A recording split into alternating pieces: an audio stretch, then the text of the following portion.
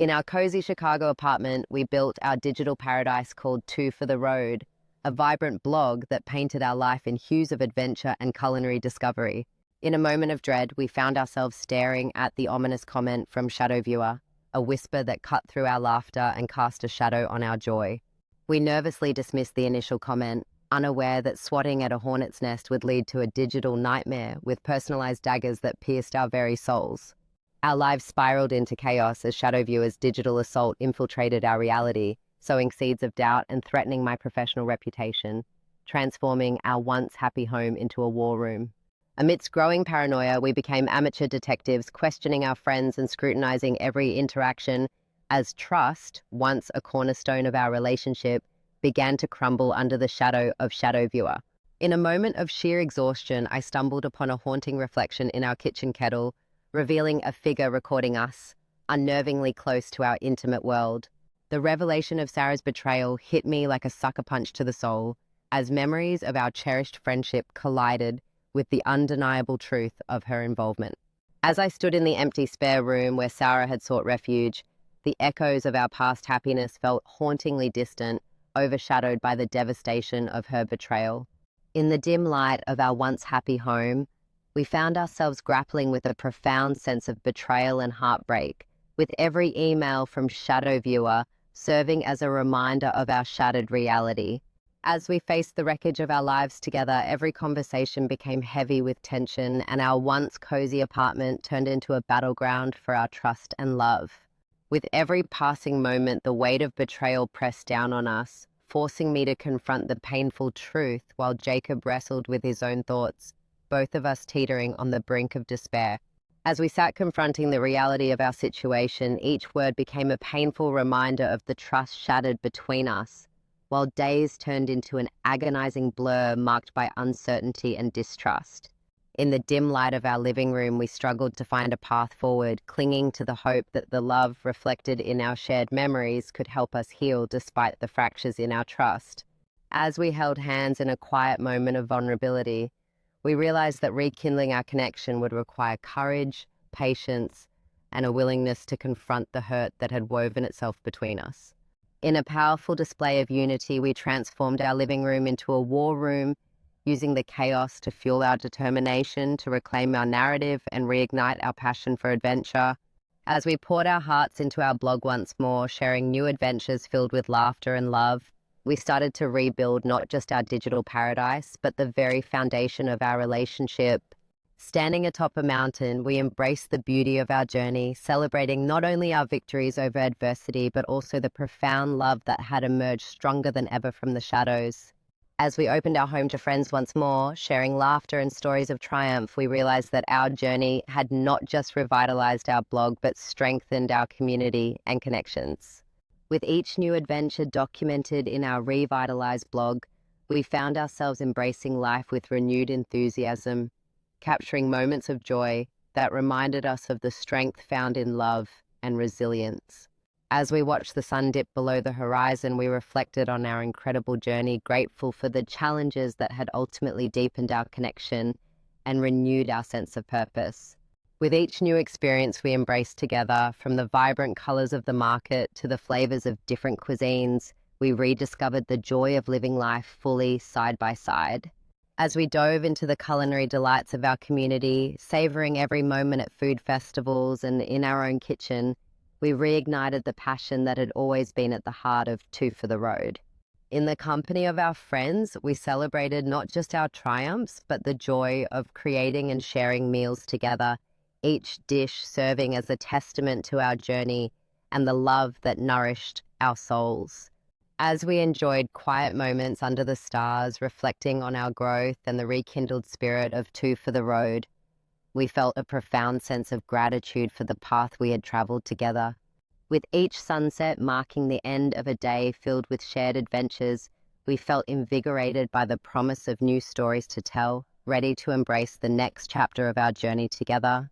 As we shared our journey with others at local events, our hearts swelled with joy, knowing that our experiences not only inspired others, but also built connections through the universal language of food and adventure.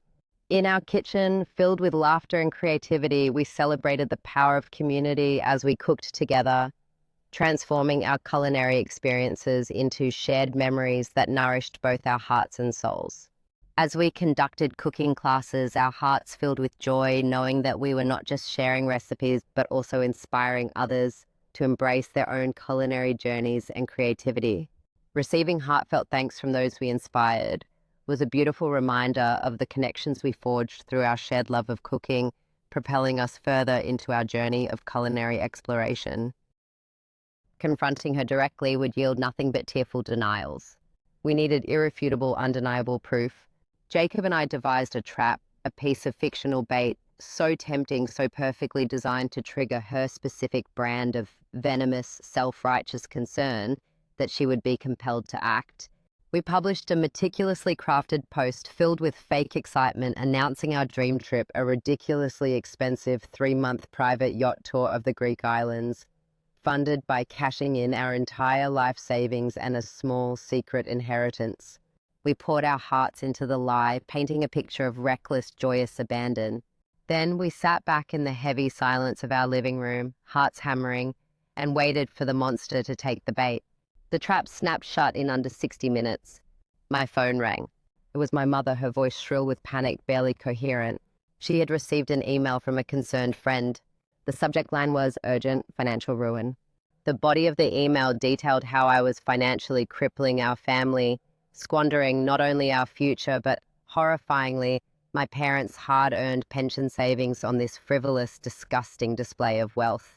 It was a masterclass in manipulation designed to inflict maximum familial damage. While I calmed my hysterical mother, Jacob, working with a quietly furious tech-savvy friend, traced the digital footprint. The email originated from an IP address that was unmistakable. It was registered to Sarah's mobile data plan, its location pinging from a coffee shop 2 blocks from her new apartment. The confrontation was a quiet, terrible affair. We found her at home. She opened the door with a bright, practiced smile, already asking about our incredible news. We stepped inside and the air grew cold and still. I didn't ask a question, I made a statement, my voice flat and hollow. We know it's you, Sarah. We know you're ShadowViewer. The denial was instant, a performance of wounded virtue, tears already welling in her eyes. But when Jacob, his face a stony mask of betrayed friendship, silently raised his laptop screen, displaying the irrefutable evidence of the IP trace, her mask didn't just slip, it shattered. The tears that fell then were not of remorse, but of a long-fermented, acidic rage. Her face contorted into a visage we no longer recognized. You had everything, she shrieked, her voice raw and broken. A perfect home, a perfect love, a perfect life you broadcast to the world like a slap in my face. My life was ashes. I was sleeping in your spare room, surrounded by the evidence of your perfect happiness, while my own had turned to dust. You didn't just have it all, you flaunted it. Every blog post was another twist of the knife. I couldn't destroy your happiness, but I could make you doubt it. I wanted you to feel just a fraction of the insecurity, the gut-wrenching fear I felt every single day. I wanted your perfect world to crack, just like mine did. In that moment, staring at the wreckage of the woman I had loved as a sister, I felt no fury. The anger was eclipsed by a vast, desolate, and horrifying pity. The monster we had been so desperately hunting wasn't a faceless entity in the digital shadows. It was a wounded, broken soul we had invited to our hearth, a soul so corroded by envy that it had chosen to poison the very hands that fed it.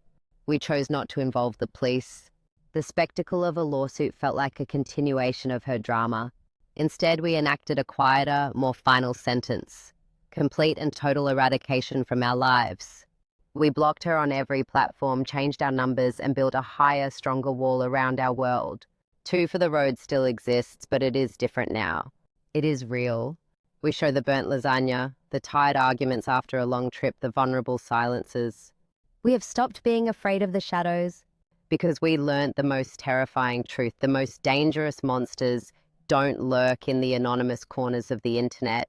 They live right beside you, they wear the trusted face of a friend, and they feed on the light of your joy.